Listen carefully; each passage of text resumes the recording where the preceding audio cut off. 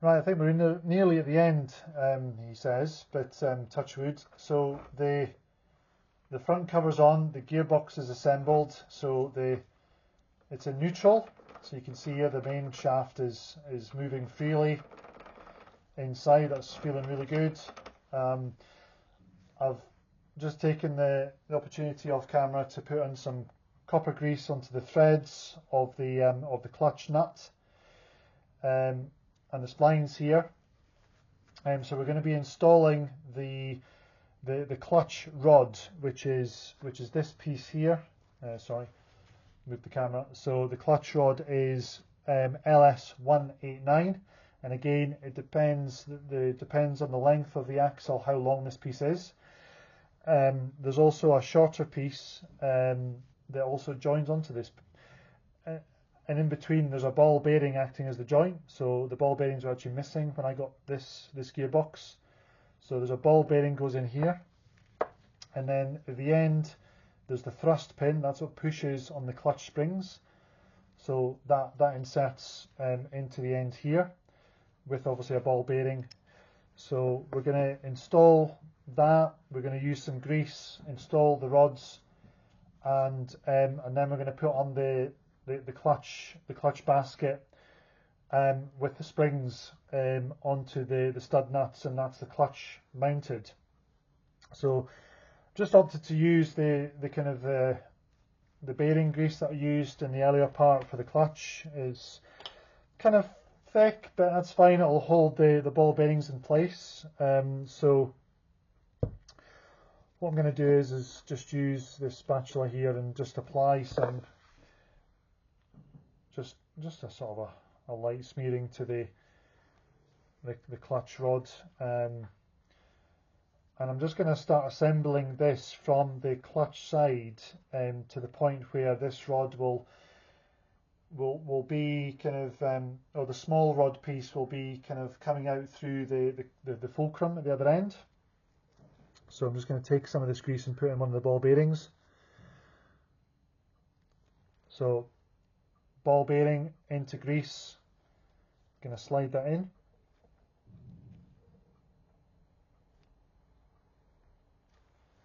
Okay, the short piece of this rod is on the other side, is on the fulcrum side.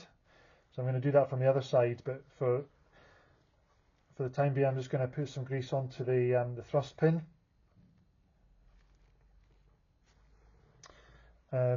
With a ball bearing. So I had to buy some new ball bearings, that was not a problem. See that there? So that's going on to mate with that rod. I'm just going to slide it in.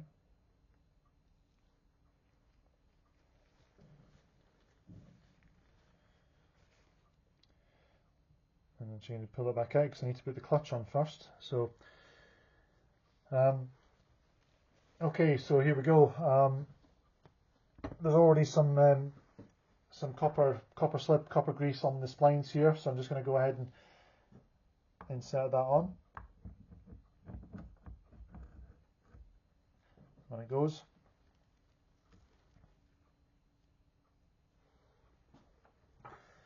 And then it's the sort of large spring washer here,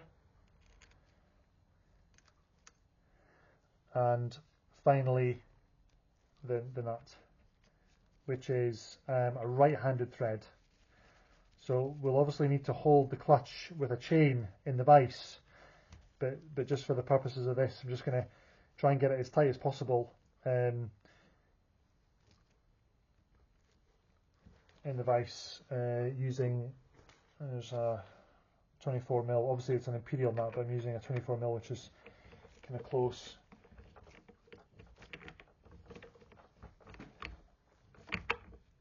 That's as tight as I can get it by hand.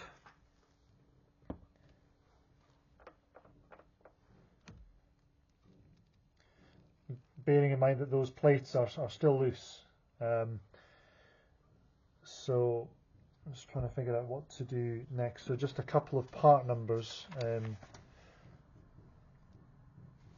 So for the clutch,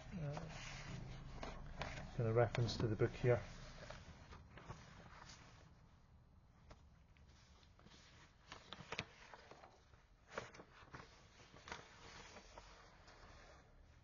clutch nut, LS267.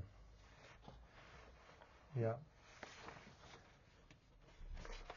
Looking at the diagram here. Yeah, LS267. So what I'm going to have to do is I'm going to have to take the gearbox out of the vise, use a chain to hold the clutch sprocket in place, and do this up with a fairly good torque. I think again something like a sort of a 50-60 Newton meters. This needs to be pretty tight, and then into the end goes this this thrust pin, and then we can put on the clutch spring box cover, and then the clutch spring stud nuts, and we'll do that in the next part.